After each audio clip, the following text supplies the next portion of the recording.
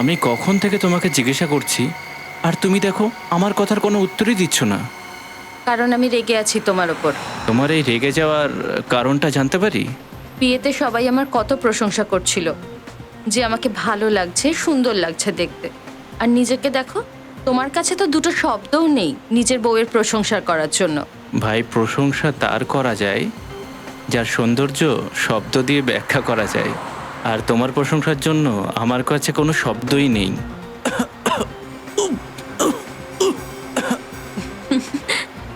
দেখলে তো, যারা বেশি মিথ্যে কথা বলে তাদের এরকমই কাশি আসে।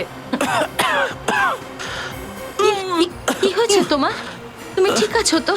জানি না এটা কি হচ্ছে। আমারও এরকম দমটা বন্ধ হয়ে আসছে।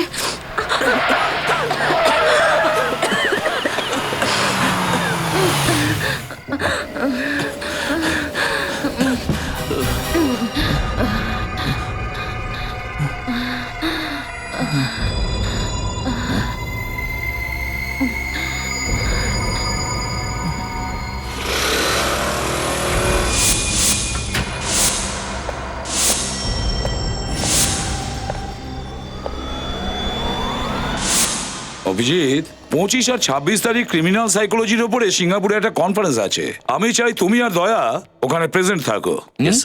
Good morning sir. মর্নিং। তোমরা দুজন এত সকালে? স্যার আমি তো এক্ষুনি এলাম, কিন্তু পঙ্কজ বোধহয় অনেকটাই সকালে চলে এসেছে। আচ্ছা। স্যার আমাকে একটু তাড়াতাড়ি বাড়ি যেতে হবে। না না, কাজ করো, যাও যাও তাড়াতাড়ি। ল্যাপটপটা গরম। পঙ্কজ কেন আসলো এত তাড়াতাড়ি? স্যার আসলে যখন আমি সকালবেলা এলাম দেখলাম যে ও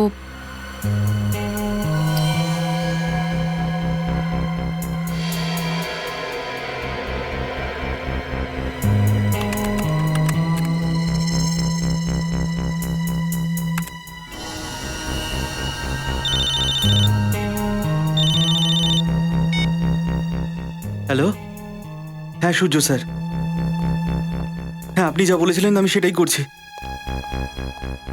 না স্যার, বিউরোতে তো আমি একাই আছি, কেউ নেই এখানে।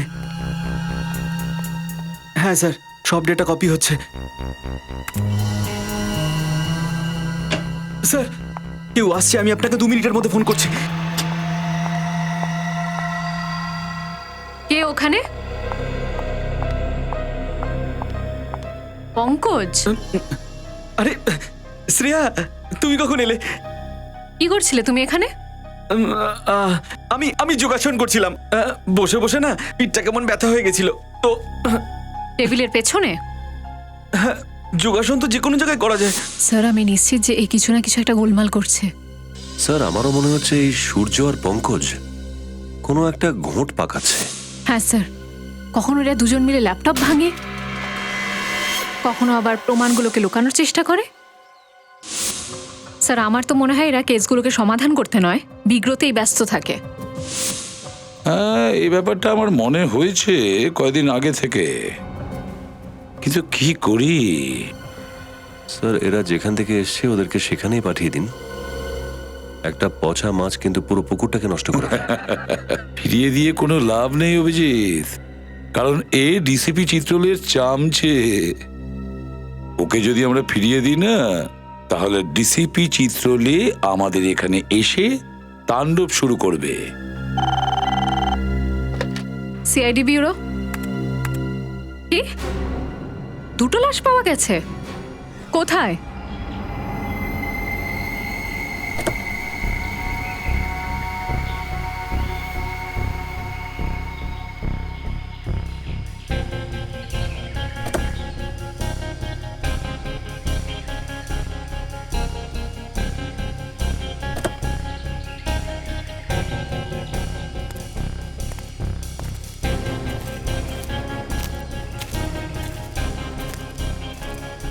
তুমি ফোন করেছিলে আমাদের?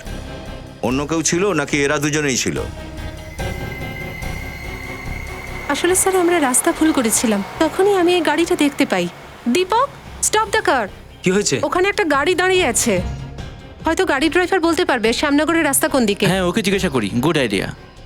আমি দেখছি।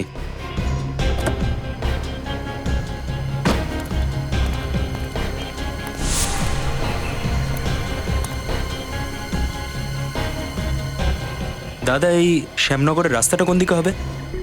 হ্যালো দাদা, হ্যালো। ও মাই গড, ভাই কি হলো?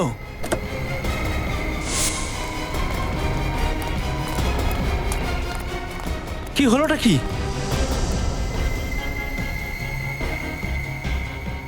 দুটো লাশ দেখে আমরা তো খুব ভয় পেয়ে গেলাম। গাড়ির আশেপাশে কাউকে পালাতে দেখেছিলেন? না স্যার, আশেপাশে তো কেউ ছিল না। স্যার, হ্যাঁ পুরবি। স্যার, স্যার, এই যে এর কানের দাগটা রয়েছে, দেখে মনে হচ্ছে কানের দুল টেনে কেউ নিয়ে নিয়েছে। এর গলাতেও একটা দাগ রয়েছে। স্যার, দেখে মনে হচ্ছে লুটপাটের ব্যাপার। হ্যাঁ পুরবি, কিন্তু যাবতীয় গয়না শরীরের উপরের দিক থেকে নেওয়া হয়েছে। এই যে পায়ে আঙট আর নুপুর সব যেমনকার তেমনই আছে। তার মানে এই খুনিটা গাড়ির জানলা থেকেই এই কর্মকাণ্ডটা ঘটিয়ে গেছে। স্যার, স্যার, এই দুজন হাজব্যান্ড ওয়াইফ কত স্বপ্ন দেখেছে নিজেদেরকে নিয়ে, নিজেদের ভবিষ্যৎ নিয়ে, আর একজন খুনি শুধু চুরি করার জন্য ওদেরকে মেরে ফেললো। খুনি তোমার মতন ভাবপ্রবণ নয় পঙ্কজ। ও শুধু নিজেরটাই ভাবে, অন্যের কথা নয়। শরীরের তো কোথাওই আঘাত বা ক্ষতের লক্ষণ দেখতে পাচ্ছি না।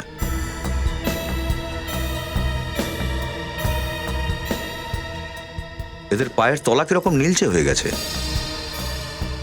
মনে হচ্ছে বিষ প্রয়োগ করা হয়েছে।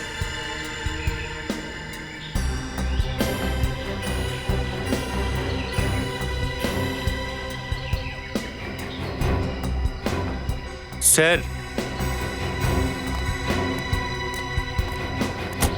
স্যার দেখুন, এই গাড়ি থেকে এই পেট্রোল পাম্পের বিলটা পেলাম। কাল রাত্রে ওরা কোথাও থেকে 2000 টাকার পেট্রোল ভরিয়েছিল।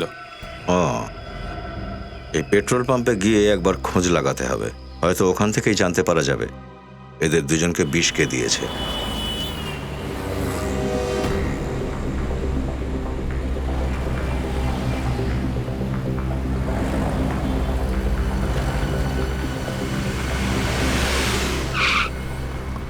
বলুন স্যার, কতটা দেবো? আজ সকালেই ট্যাঙ্ক ফুল করেছি। এত তাড়াতাড়ি পেট্রোল শেষ হয়ে গেল? গাড়ির কি অ্যাভারেজ খারাপ নাকি? সিআইডির গাড়ির অ্যাভারেজ খুব ভালো। আপাতত তুমি এই গাড়িটার ব্যাপারে বলো।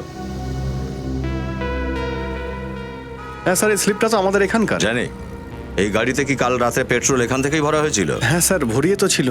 বাপু, হ্যাঁ কি ব্যাপার হয়েছে বাপু? তারা এসেছে। স্যার, এনারা সিআইডি গাড়ির ব্যাপারে জিজ্ঞেস করছেন। সিআইডি? কি হয়েছে স্যার? কোনো প্রবলেম হয়েছে নাকি? বিশাল বড় প্রবলেম। এই কারটাতে যে হাজবেন্ড ওয়াইফ কালকে যাচ্ছিল, তারা দুজনেই খুন হয়েছে। খুন? কে করেছে? সেটার খোঁজই করছি তো আমরা সবাই মিলে। আচ্ছা, তুমি কি বলতে পারবে যে এদের সঙ্গে অন্য কেউ ছিল নাকি এরা দুজনেই ছিল? সেটা তো আমি বলতে পারবো না স্যার, কিন্তু হ্যাঁ, গিরিশ বলতে পারে। গিরিশকে? ও নাইট শিফটে কাজ করে। একবার এই গিরিশকে ডাকো তো। কিন্তু স্যার, ও তো হসপিটালে ভর্তি আছে। হসপিটালে? কেন? আসলে গতকালও 12:15 নাগাদ হঠাৎ ও পড়ে গিয়ে অজ্ঞান হয়ে গেছিল। অজ্ঞান হয়ে গিয়েছিল কি করে? জানি না স্যার, ওর মাথা ঘুরে গিয়েছিল, আর আমরা কিছু বোঝার আগেই ও ধপাস করে মাটিতে পড়ে গিয়েছিল। আমি ভেবেছিলাম ও ডাবল শিফটে কাজ করে একটু টায়ার্ড হয়ে পড়েছিল। আচ্ছা, কোন হসপিটালে ভর্তি করেছো ওই ওকে? শান্তি শিবির হসপিটালে। শান্তি শিবির হসপিটাল? স্যার, এই বৈভব আর শিখা, স্যার এরা একটা বিয়ে বাড়ি থেকে ফিরছিল যখন ওদের উপর হামলা হয়। কিন্তু স্যার, অ্যাটাক হওয়ার আগে রাত 12টা নাগাদ এরা একটা পেট্রোল পাম্পে গিয়েছিল, যেখানে একজন অ্যাটেন্ডেন্ট গিরিশ গাড়িতে পেট্রোল ঢালে, আর ওদের চলে যাওয়ার পরে অজ্ঞান হয়ে যায়, আর হসপিটালে নিয়ে যাওয়া হয়। অভিজিৎ, এই পেট্রোল অ্যাটেন্ডেন্ট গিরিশের অজ্ঞান হওয়া আর তারপরে বৈভব আর শিখা ওদের ওপর হামলা হয়ে ওদেরও মৃত্যু হওয়া, এই দুটো ব্যাপারে কোনো কানেকশন নেই তো? স্যার, হ্যাঁ, স্যার আমি এক্ষুনি হসপিটাল থেকে গিরিশের সঙ্গে দেখা করে আসছি। ডক্টরসরা বলছেন যে ওর অজ্ঞান হয়ে যাওয়ার পেছনে কারণটা ক্লান্তি নয়, কোনো বিষাক্ত কেমিক্যাল, কোনো বিষাক্ত গ্যাস, তার মানে হলো অভিজিৎ, এই দুটো দম্পতি এই বিষাক্ত গ্যাসের কবলে ছিল, আর ওদের মাধ্যমেই এই বিষাক্ত গ্যাস গিরিশ পর্যন্ত পৌঁছে যায়। হ্যাঁ স্যার, গিরিশ বেঁচে গেছে কারণ সময় মতো ও হসপিটাল পৌঁছে গেছিল, কিন্তু বৈভব আর শিখার ভাগ্য সাথে ছিল না। কিন্তু বিষটা কি ধরনের গ্যাস এটা 2 মিনিটে মানুষের প্রাণ নিয়ে নেয়? স্যার, হ্যাঁ স্যার এই বিষটার নাম ফোরিয়াম বিউরেক্সাইটিস। হ্যালো সারিকা।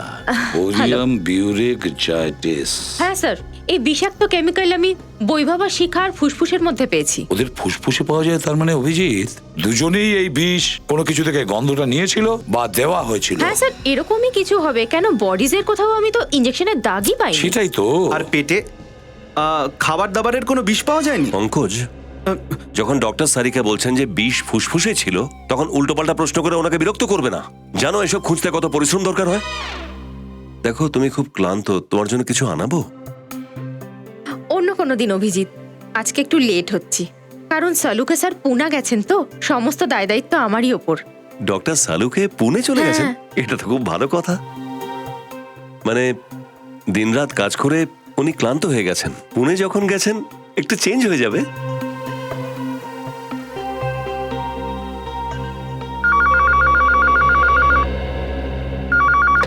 হ্যালো, দুটো খুন কোথায়?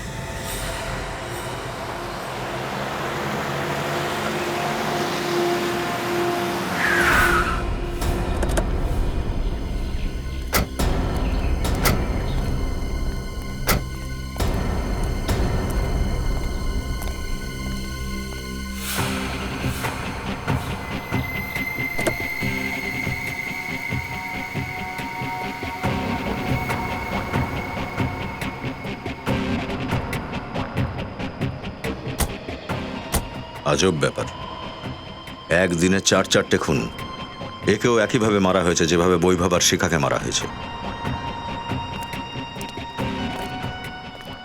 তুমি ফোন করেছিলে আমাদের? আগে হ্যাঁ স্যার, আমি ফোন করেছিলাম। কি হয়েছিল এখানে? সকাল সকাল কাজে যাচ্ছিলাম, গাড়িটা দেখে সন্দেহ হলো, ঝুঁকে দেখি দুজন মরে পড়ে আছে। তুমি এখানেই থাকো? হ্যাঁ স্যার। ঠিক আছে, যাও। স্যার, এই খুনিকে খুব তাড়াতাড়ি ধরতে হবে স্যার, না হলে আরো নির্দোষ লোকের প্রাণ যেতে পারে। হ্যাঁ স্যার, খুনি তাদের ওপরেই হামলা করে যারা মধ্যরাতে বিয়েবাড়ি থেকে বাড়ি ফেরে, কারণ বেশিরভাগ লোকই বিয়েবাড়িতে দামি গয়না পরে যায়। স্যার, আমার এটা মনে হচ্ছে যে এই খুনি বিয়েবাড়ির খাবারে বিষ মিশিয়েছিল। না পঙ্কজ, ডক্টর সারিকা বলছিলেন যে বৈভব আর শিখার ফুসফুসের মধ্যে বিষ পাওয়া গেছে, তাহলে হতে পারে বিষটা শোকানোই হয়েছিল। কিংবা স্যার বিয়ে বাড়ি থেকে বেরোনোর পর ওরা রাস্তায় কোথাও দাঁড়িয়েছিল এবং সেখানেই ওদের বিষ দেওয়া হয়েছিল। এটা হতে পারে বিনীত। আরে এটা কি? জিপিএস সিস্টেম, এ তো অন্য দেখছি। এবারে জানা যাবে যে বিষটা এদের দুজনকে কখন আর কোথায় দেওয়া হয়েছে। সেটা কিভাবে স্যার? পঙ্কজ, এই জিপিএস টেকনিকটা লোকজন গাড়ি চালানোর সময় ব্যবহার করে এটা জানতে যে সঠিক জায়গায় পৌঁছতে সবচেয়ে সোজা রাস্তা কোনটা আর কোন পথে কম ট্রাফিক হবে। এর জিপিএস সিস্টেম থেকে আমরা এটা তো জানতে পারবোই যে এই গাড়িটা এখানে এলো কোন পথে, আর কোথায় থেমেছিল কি থামেনি। স্যার, হ্যাঁ স্যার জিপিএস কোম্পানি থেকে ওই দ্বিতীয় কাপলের গাড়ি রেকর্ড পাওয়া গেছে। চলো দেখাবে তাড়াতাড়ি।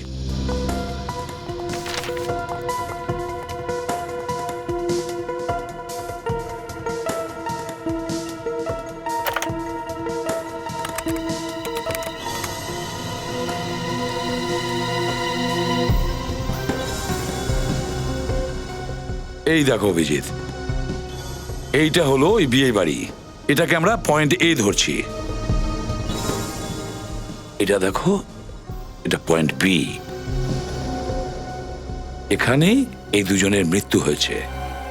স্যার পয়েন্ট এ থেকে পয়েন্ট বি পর্যন্ত এই গাড়িটা কোথাও দাঁড়ায়নি, তার মানে এই দুজনকে বিষ বিয়ে বাড়ির হলেই দেওয়া হয়েছিল। এক্স্যাক্টলি অভিজিৎ, আর এটাই ঘটেছে। ওই বৈভব আর শিখা দুজনেই তো ওই হলে গিয়েছিল বিয়ের জন্য। অভিজিৎ, এটার একটাই মানে দাঁড়ায় যে ওখানে কেউ তো একজন ছিল, কেউ তো ছিল প্রজ্ঞা ব্যাঙ্কোয়েটে যে ওই লোকগুলোকে ওই বিষটা শুকিয়েছিল কোনোভাবে।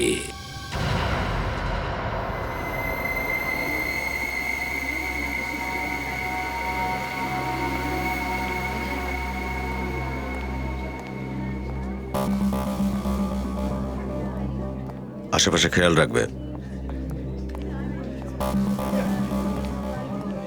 আরে প্রকাশবাবু নমস্কার। আরে আসুন স্যার, আমি তখন থেকে আপনাদের অপেক্ষায় ছিলাম। কেমন আছেন আপনি? আপনি টেনশনে আছেন মনে হচ্ছে। স্যার আজ আমার একমাত্র ছেলের বিয়ে আজকে, আর সেখানে আপনাদের মতো সিআইডিদের আনাগোনা, ভীষণ টেনশন হচ্ছে স্যার। আপনি দুশ্চিন্তা করবেন না, কিচ্ছু হবে না। তবুও স্যার ভয় তো একটু লাগবেই, তাই না? নিশ্চিন্ত থাকুন, আপনি কিচ্ছু হবে না, আমরা আছি না। আর আপনি সহযোগিতা করলে আপনারই কোনো আত্মীয়ের প্রাণ বাঁচাতে পারবো আমরা। হ্যাঁ স্যার।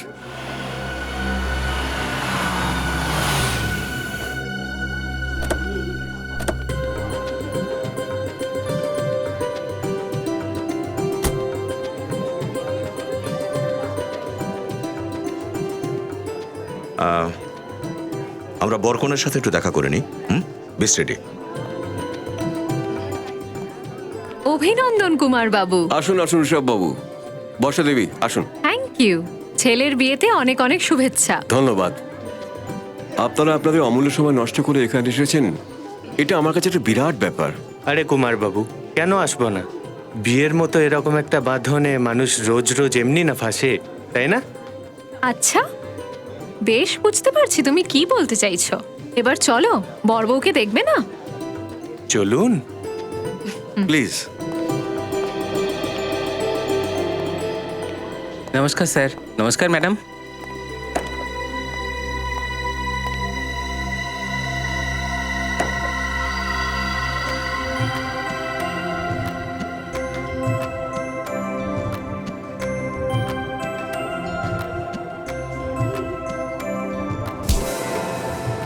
আরে দাদা, দেখে চলুন না। ক্ষমা করবেন, আমার নাম অমিত। আমার নাম ঋষভ, আর ইনি হলেন। আমি ওনার স্ত্রী বর্ষা। খুব সুন্দর কিন্তু। মানে? মানেটা কি আপনার? ভুল ভাববেন না, আমি এনার হারের কথা বলছিলাম। এটা পুরো 10 লাখ টাকার। আসলে কি বলুন তো, 6 মাস আগে আমাদের অ্যানিভার্সারি ছিল, উনি ভুলে গেছিলেন, তাই শাস্তি হিসেবে আমি ওনার কাছ থেকেই হারটা চাই। কতবার বলেছি তোমাকে, সব জায়গায় 10 লাখ টাকা ঢোলকে পেটাতে বলেছে তোমাকে। বাহ ভাই বাহ, দেখে মনে হচ্ছে আপনারা একে অপরকে খুব ভালোবাসেন। জোর করে, মানে জোরালো প্রেম আমাদের দুজনের মধ্যে। লেডিস অ্যান্ড জেন্টলম্যান, বিয়েবাড়ির মহল ততক্ষণ রঙিন হয়ে ওঠে না যতক্ষণ লোকজন নাচ করবে না, গান করবে না। এখন সময় হয়ে গেছে এই মুহূর্তটাকে রঙিন করে তোলার। জোরে হাততালি দিয়ে স্বাগত জানান মিস গীতাকে, যে নিজের মধুর আওয়াজ দিয়ে আপনাদের সবার মনোরঞ্জন করবে। Miss Gita,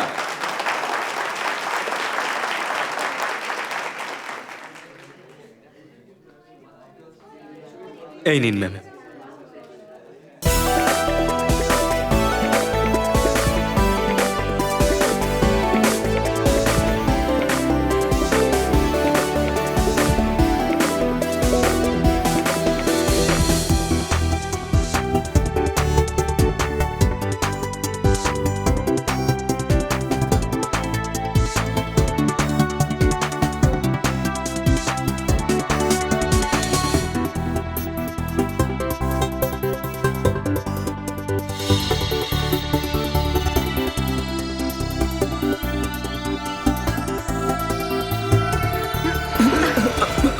sorry sir, sorry, কি অসভ্য। ভুল হয়ে গেছে, দেখতে পাইনি স্যার। দেখতে পাও না?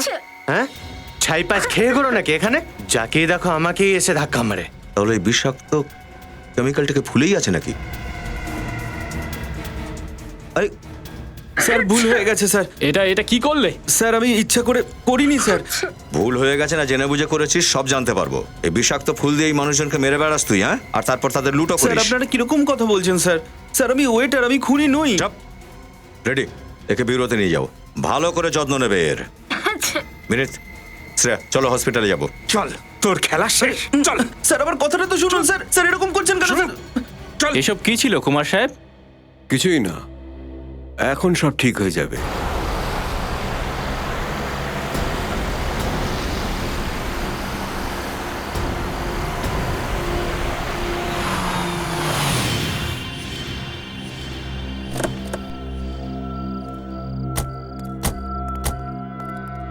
ও নো, এই এই ওঠ।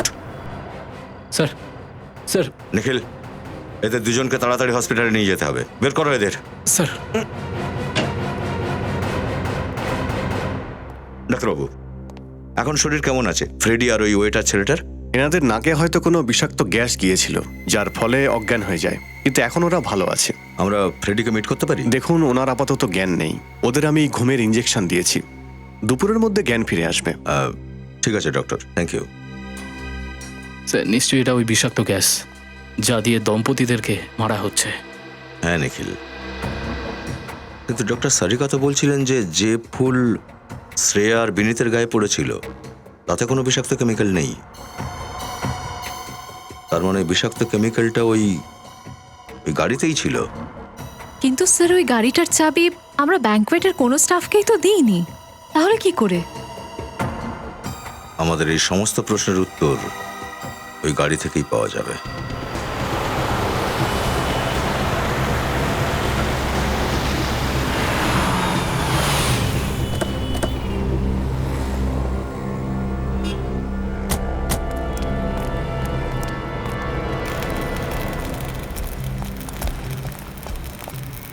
কিছু জানা গেল কিশোর?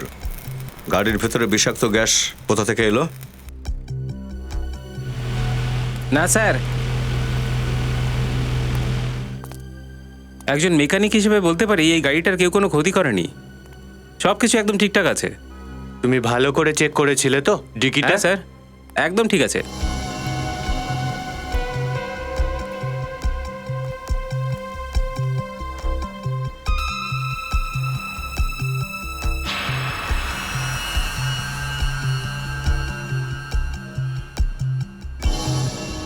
সাদা মতো এটা কি কিশোর, কিছু লাগিয়েছো নাকি? না স্যার, আমি তো শুধু গাড়ি চেক করেছি। এ তো মেটাল পাউডারের মতো কিছু মনে হচ্ছে।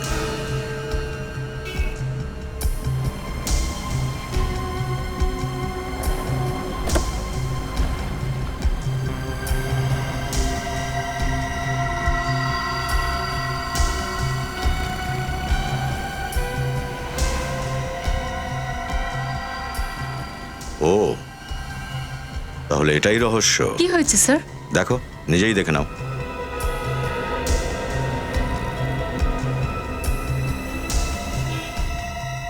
স্যার এত ছোট ছিদ্র তো ম্যাগনিফাইং গ্লাস দিয়ে দেখা যেতে পারে।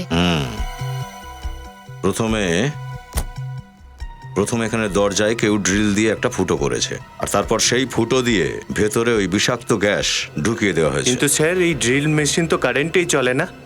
যদিও ড্রিল মেশিনের কানেকশন অন্য কোনো তারের সাথে করে, তাহলে তো কেউ দেখেই থাকতে পারে। এটাও তো হতে পারে যে ড্রিল মেশিন ইলেকট্রিক নয়, বরং ব্যাটারিতেই চলে। সবকিছুই তো পোর্টেবল এখন। হ্যালো, হ্যাঁ বলুন। কি? নিশান্ত? আচ্ছা, ঠিক আছে, ওর ফটো, অ্যাড্রেস, মোবাইল নাম্বার আর সমস্ত ডিটেলস আমাদের পাঠিয়ে দাও। ওকে, থ্যাংক ইউ। কি হয়েছে স্যার? ওই ব্যাংকোয়েট হলের দারোয়ান নিশান্ত নিখোঁজ হয়ে গেছে। না সে কাজে আসছে আর না ফোন কল তুলছে। তাহলে স্যার এসব ওই করেনি তো? এটা তো ওই দোকান থেকেই জানতে পারা যাবে যেখানে বিশেষ ব্যাটারিওয়ালা ড্রিল মেশিন পাওয়া যায়। খোঁজ লাগাও কোথায় কোথায় এরকম ড্রিল মেশিন পাওয়া যায়। নিখিল, মনে হচ্ছে এটাই সেই ডিস্ট্রিবিউটর যিনি ওই ড্রিল মেশিনগুলো বিক্রি করেন। চলো শুনুন, আমরা সিআইডি থেকে এসেছি আর আপনাকে কিছু জিজ্ঞাসাবাদ করব। বলুন। ব্যাটারিতে চলে এমন শক্তিশালী ড্রিল মেশিন পুরো শহরের মধ্যে শুধু আপনার দোকানেই পাওয়া যায় তো? হ্যাঁ, দেখুন ওই ড্রিল মেশিনের হোলসেল দোকান একটাই, আর কোথাও আপনি পাবেন না। তাহলে যে দোকানগুলোতে আপনি এই মেশিনগুলো পাঠান সেখানে একটা দুটো তো নিশ্চয়ই বিক্রি হয় না, কম করে 15-20 পিস তো হয় বিক্রি। হ্যাঁ একদমই। তো গত কয়েকদিনের মধ্যে আপনি এইভাবে ব্যাটারিতে চলা ড্রিল মেশিন যদি বিক্রি করে থাকেন, কাকে বিক্রি করেছেন মনে আছে? স্যার আমি তো বিক্রি করিনি, কিন্তু আমার দোকানে ছোট নামের একটা ছেলে কাজ করত। একদিন এক গ্রাহক এসে ওকে 500 টাকা বেশি দেবে বলেছিল, ওই মূর্খকে বিক্রি করে দেয়। ছোটু, ওকে ডাকুন। আমি তোকে বের করে দিয়েছি। কাজ থেকে বের করে দিয়েছেন? তাহলে আপনি কি জানেন ওই ক্রেতাকে? হ্যাঁ একদমই। ও প্রথমে আমার কাছে এসেছিল যখন আমি ওকে না করে দিয়েছিলাম। ও সন্ধ্যাবেলা নাকি আবার এসেছিল যখন আমি দোকানে ছিলাম না, আর ছোটু তখন ওকে দিয়ে দেয়। দেখে বলুন তো এই লোকটাই ছিল কিনা।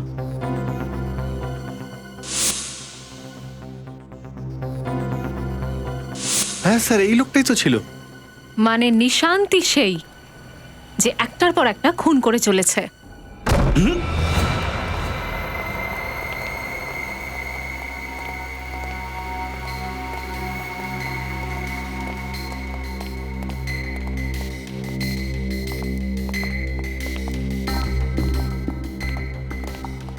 মনে হচ্ছে পুরো ফ্যামিলির সবাই পালিয়ে গেছে এখান থেকে।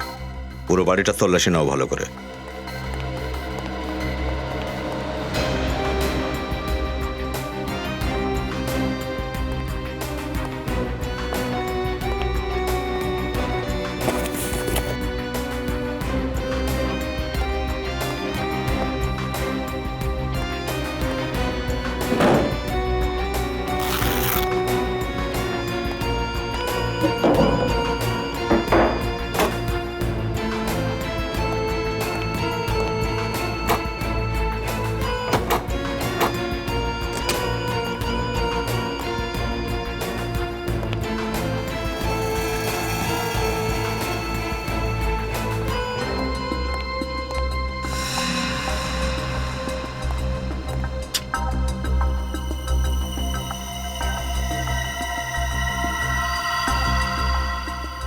নিশান্ত আর নিশান্তের বউ।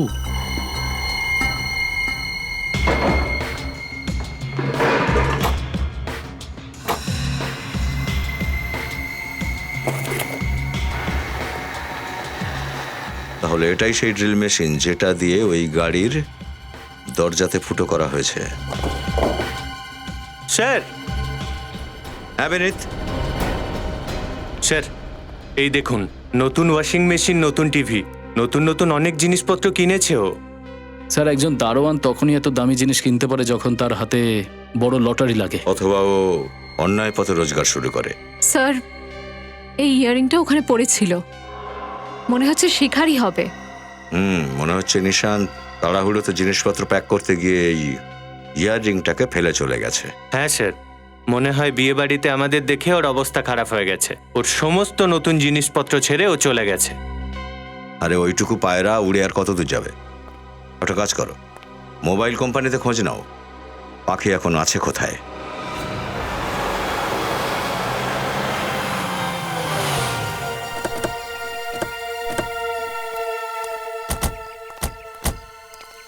স্যার, শেষবারের মতো নিশান্তের মোবাইল এখানেই ছিল, এই জায়গায়। এই দেখো,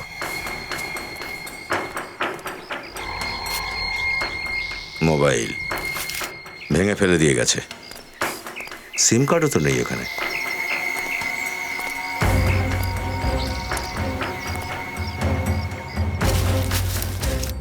স্যার। হ্যাঁ দেখুন স্যার, ওখানে পড়েছিল, মাটিও লেগে আছে এখানে। একটা কাজ করো, আশেপাশে দেখো কোনো খোঁড়াখুঁড়ি হয়েছে কিনা।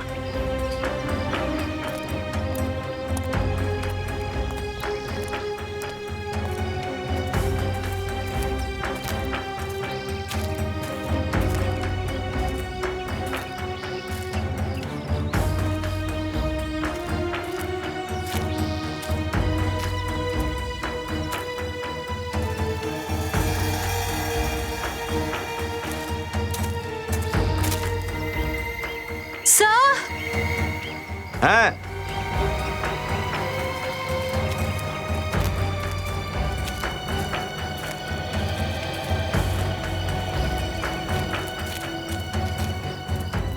স্যার, এই দেখুন, এখানে মাটি খোঁড়া হয়েছে। ঘোড়ো এখানে।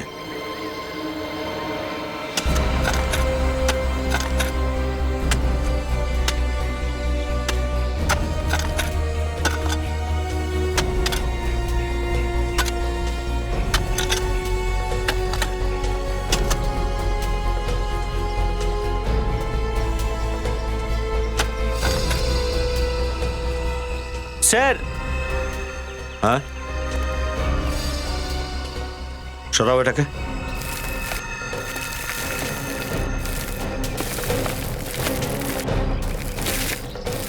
এক মিনিট, লাশ আছে, বের করো এটাকে।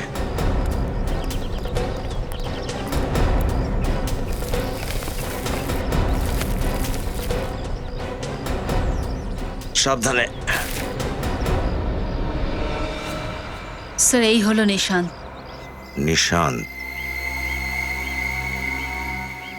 স্যার, এই কেসটা দেখে তো আমার মাথা ঘুরে যাচ্ছে। আবার একে কে মারলো? সেই নিজে, যে এই সমস্ত খুনগুলো করেছে আর চুরিও করেছে। ওই নিশান্তকে ব্যবহার করেছে শুধু আমাদেরকে ভুল বোঝাবে বলে। Welcome to Beaton world. How may I assist you? নতুন ফ্ল্যাটের জন্য একটা স্ট্যান্ড ফ্যান আর কুলার নেব। এই পচা গরম থেকে একটু স্বস্তি চাই। বাজার চলতে সব ব্র্যান্ড আর ভরসাযোগ্য নয়। তার জন্য তো আমাদের ফ্যান আছে, all purpose bullet table fan, ceiling fan. আমাদের সিলিং ফ্যান কিন্তু 30 মাসের ওয়ারেন্টি সহ পাওয়া যায়।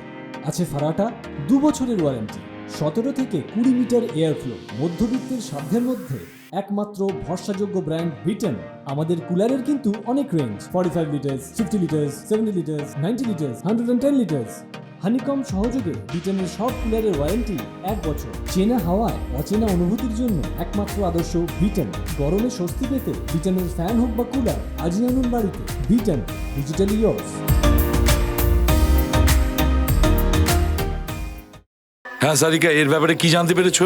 স্যার, আমি দুটো ব্যাপার জানতে পেরেছি, যেটা আপনাদের খুনির খুব কাছাকাছি নিয়ে যাবে। আচ্ছা, সেটা কিরকম? স্যার, এই দেখুন, এর গলায় আঁচড়ের দাগ রয়েছে, যেটা হয়তো খুনির সঙ্গে হাতাহাতি সময় হয়ে থাকবে। স্যার, ওই জঙ্গলে যেখানে আমরা ওর বডিটা পেয়েছিলাম, সেখানে আমরা ওর ভাঙা মোবাইলটাও পেয়েছি।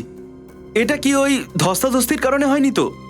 হতে পারে, কিন্তু এই আঁচড় থেকে আমরা খুনির কাছে কিভাবে পৌঁছবো? কারণ স্যার, এই আঁচড়ের থেকে এটা জানা যাচ্ছে যে খুনি কোনো ছেলে নয়, বরং একটা মেয়ে। একজন মেয়ে? সেটা কিভাবে? স্যার, এই আঁচড়ের ভেতর আমি নেল পলিশের ট্রেসেসের কিছু অংশ পেয়েছি। আর শুধু এটাই নয়, নিশান্তের নখের ভেতর আমি কিছু চামড়া পেয়েছি, যেটা ডিএনএ রিপোর্টও এটাই বলছে যে খুনি কোনো মেয়ে। নেল পলিশের ট্রেসেস পেয়েছো? আর দ্বিতীয় কথাটা কি? সেটা এটাই, একেও সেই বিষাক্ত কেমিক্যাল দেওয়া হয়েছে যেটা ওই বিবাহিত দম্পতিদের দেওয়া হয়েছিল। ও, তার মানে এই পুরো ব্যাপারটার পিছনে একটাই মেয়ে কাজ করেছে, যে সমস্ত প্রমাণগুলো এর বাড়িতে রেখেছে, তারপরে একে জঙ্গলে ডেকে মেরে ফেলেছে। আর এই গোটা কাজটা এত সুন্দরভাবে করা হয়েছে যাতে সব দোষ নিশান্তের উপরে পড়ে। স্যার, হতে পারে এই নিশান্তের ওয়াইফ ওই মহিলারই কবজায় আছে। হতে পারে শ্রেয়া, হতে পারে।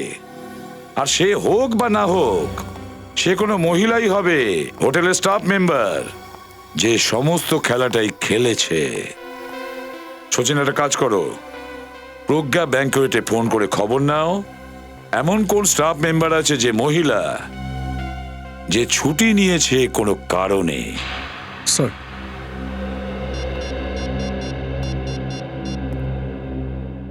হ্যালো, হ্যাঁ ম্যানেজার বাবু, হ্যাঁ আচ্ছা, এটা বলুন যে আপনাদের ফিমেল স্টাফের কোনো সদস্য কাল থেকে ছুটিতে আছে? হ্যাঁ, কি? ওকে, আপনার সাহায্যের জন্য ধন্যবাদ। ওকে, থ্যাংক ইউ।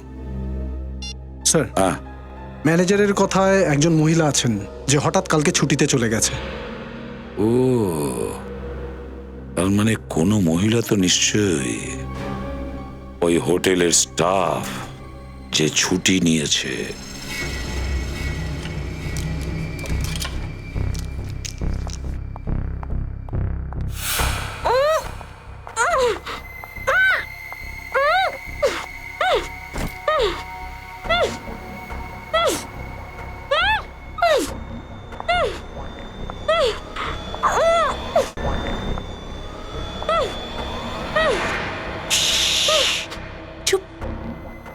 চুপ। কথা বলবে সেজন্য খুলে দেব। নাও, খুলে দিলাম। আমাকে ছেড়ে দাও তুমি। নিশান্ত তো তোমারই কথা মতো পুতুলের মতো নাচে, তাই না? আর তুমি কি চাও? হ্যাঁ, আমি যা চেয়েছিলাম আমি তো সেটা পেয়ে গেছি। এখন শুধু একটা খুব সুন্দর জায়গায় গিয়ে নিশ্চিন্তে জীবন কাটাতে চাই। তুমি যেটা চাও সেটা যখন পেয়ে গেছো, আমাকে আমার নিশান্তের কাছে যেতে দাও না।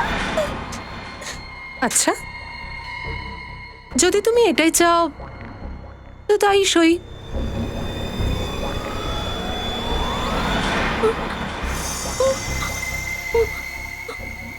এটা কি করছো? এটা কি করছো তুমি? সেটাই যেটা তুই চাইছিস। নিশান্তের কাছে যেতে চাস না তুই? নিশান্ত? কোথায় আমার নিশান্ত? কি করেছো তুমি নিশান্তের সাথে? মেরে ফেলেছি, মেরে ফেলেছি আমি ওকে। না না, এটা হতে পারে না, এটা হতে পারে না, এটা সত্যি নয়, তাই না?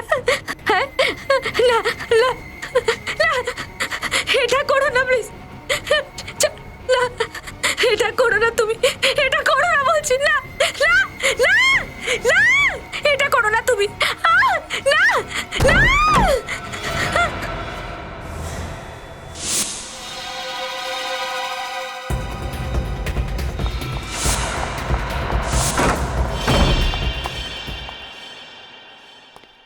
অনেক হয়েছে গীতা দেবী, এবার তোমার খেলা শেষ। খেলা? খেলা এখনো শেষ হয়নি, এখন তো সবে শুরু হলো।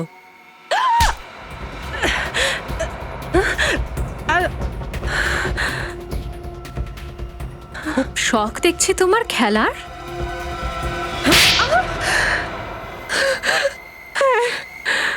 আমি করেছি এসব। এই খুনগুলোর পেছনে আমারই হাত আছে, কারণ আমি সোনা লুট করতে চেয়েছিলাম, বড় লোক হতে চেয়েছিলাম। বড় লোক হওয়ার জন্য, প্রচুর টাকা পাওয়ার জন্য 5-5টা খুন করেছো তুমি। এটাই কি তোমার রাস্তা ছিল ধনী হওয়ার? এরকম নয় স্যার যে আমি সৎপথে থাকার চেষ্টা করিনি, কিন্তু আমি পেলামটা কি? সততা আর পরিশ্রমের বদলে। কেন? এরকম কি হয়েছে তোমার সাথে? একজন ধনী ব্যক্তির কাছে আমি কাজ করতাম। একদিন ওনার ওখানে সোনা চুরি হয়, আর উনি সব দোষ আমার উপর চাপান।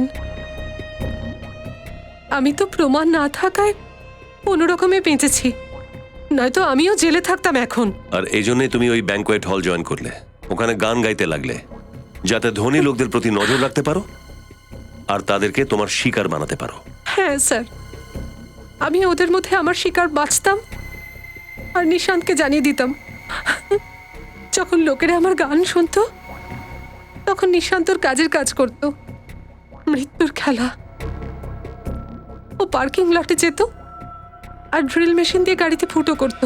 হ্যাঁ ম্যাডাম, হ্যাঁ ঠিক আছে, কাজ হয়ে যাবে ম্যাডাম। হ্যাঁ হ্যাঁ হ্যাঁ, দেখে নিয়েছি আমি। Okay madam.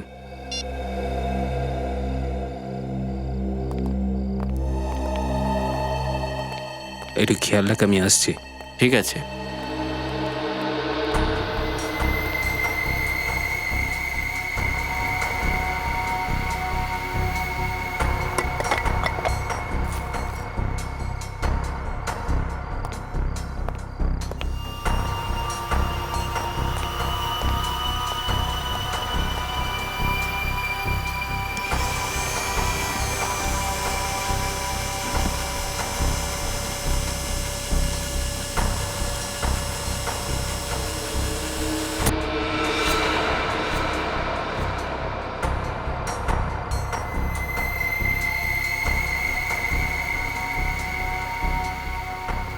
যেই আমাদের বেছে নেওয়া গাড়িটা হল থেকে বেরোতো, আমি আর নিশান্ত তার পিছু নিতাম। বিষাক্ত কেমিক্যাল 8 ঘন্টার মধ্যেই তার কাজ শুরু করত, আর গাড়ির ভেতরে বসে থাকা লোকেদের দম আটকে আসতো। তারা জানলা খুলে দিত যাতে খোলা হাওয়ায় শ্বাস নিতে পারে, আর তখন আমি ওখানে পৌঁছে তাদের সব গয়নাগাটি লুট করতাম। নিশান্ত তো তোমার জন্য কাজ করছিল, তাই না? তাহলে ওকে কেন মারলে? সমস্ত বুদ্ধি আমার ছিল, প্ল্যান আমি বানাতাম, আর প্রত্যেকদিন ওর নিজের ভাগটা বাড়াতে বলতো। আর এমনিতেও আমি তো ওকে শুধু একটা মাধ্যম হিসেবে ব্যবহার করতাম, একটা ঘুঁটির মতো, যাতে সিআইডি ওকে সন্দেহ করে। যখন আমার কাজ শেষ হয়ে গেল তখন আমি ওকেও মেরে ফেললাম। বাহ বাহ বাহ, যদি এতটাই বুদ্ধি, এতটাই পরিশ্রম যদি কোনো ভালো কাজে ব্যয় করতে, তাহলে এমনিতেই টাকা পেতে। কিন্তু না, 5-5টা খুন করেছো তুমি। তোমার তো ফাঁসি হবে, ফাঁসি।